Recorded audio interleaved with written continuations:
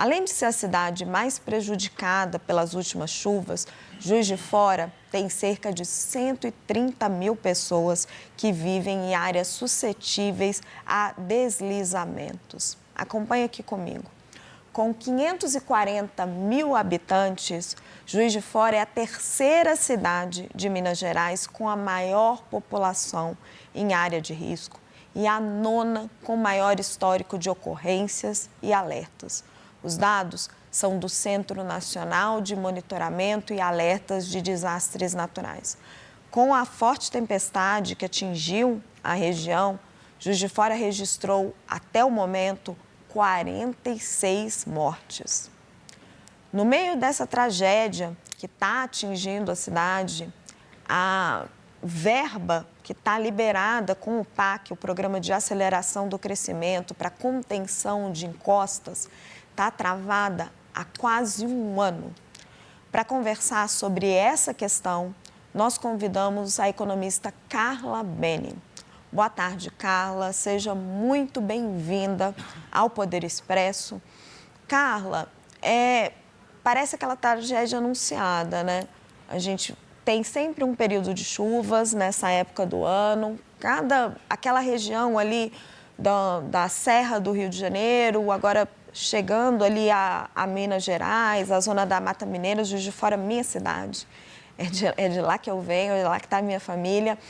E quando a gente vai olhar os números de execução de orçamento, eles estão sempre aquém do esperado.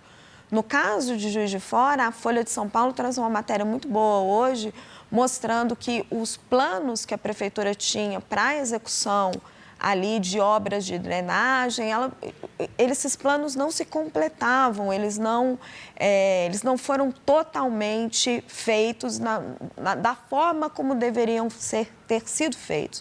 O que acontece com o orçamento público brasileiro, que ele nunca é executado da forma como deveria quando se trata dessa questão de drenagem, de prevenção de chuvas? Boa tarde, Raquel. É um prazer estar aqui com vocês. Infelizmente, com essa notícia tragediosa, né? É importante a gente entender um pouco a parte de processos. Eu fui pegar um histórico para a gente poder trazer isso para quem estiver nos ouvindo e entender isso um pouco melhor. As prefeituras, elas fazem as solicitações para o governo federal para entrar no PAC. Então, ela usa o argumento, olha, eu estou com um problema na encosta, eu preciso de verbas do PAC. O que aconteceu aqui especificamente? Essa solicitação foi feita em 2023. Em 2024, foi acertado o termo de conduta. E o prazo final para que a prefeitura entregasse o anteprojeto e o projeto básico foi até abril de 2025, no ano passado. Depois que venceu esse prazo, a prefeitura vem solicitando sucessivas prorrogações. Para vocês terem ideia, a última data acertada foi novembro desse ano, para a entrega dos projetos. Então, isso é importante entender. Você só pode liberar uma verba diante de um projeto com especificação técnica, com engenheiros, assinatura e tudo. Então, aqui nós temos duas questões. Há uma dificuldade de se produzir esse projeto e esse anteprojeto, há uma solicitação sucessiva de prorrogações, o dinheiro não vai sair por causa disso. E outra coisa, para o estado de Minas, você tem uma redução de verba, o próprio estado, porque a gente tem que falar de prefeitura do estado e da federação.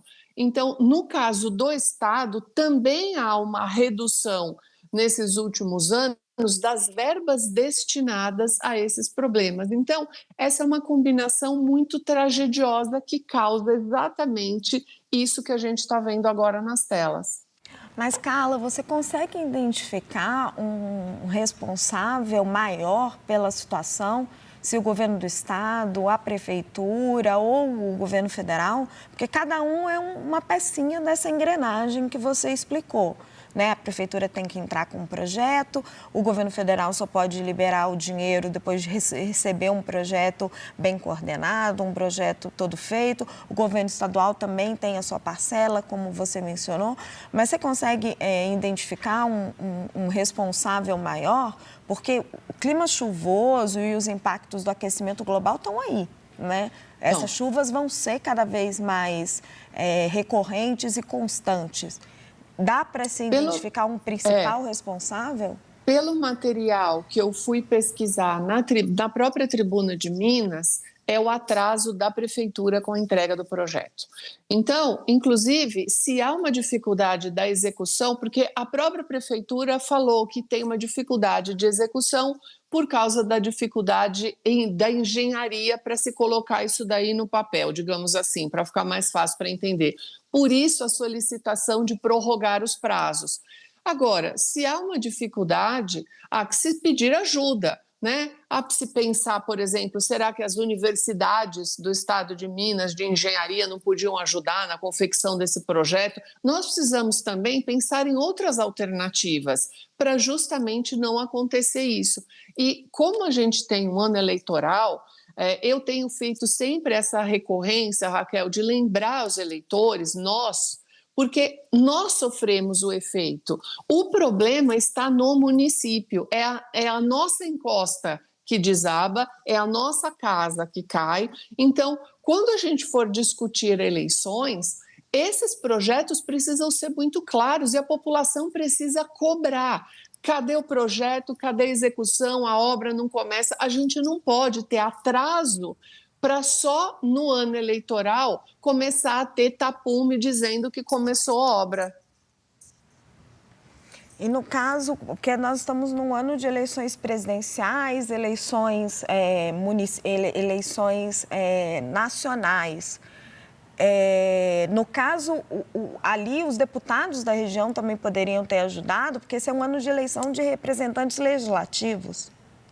Sim, exatamente. E esse precisa ser um tema por causa da sua fala. Quando você me diz, mas as questões climáticas, elas já estão aí, elas estão postas, elas precisam entrar nas pautas das discussões políticas.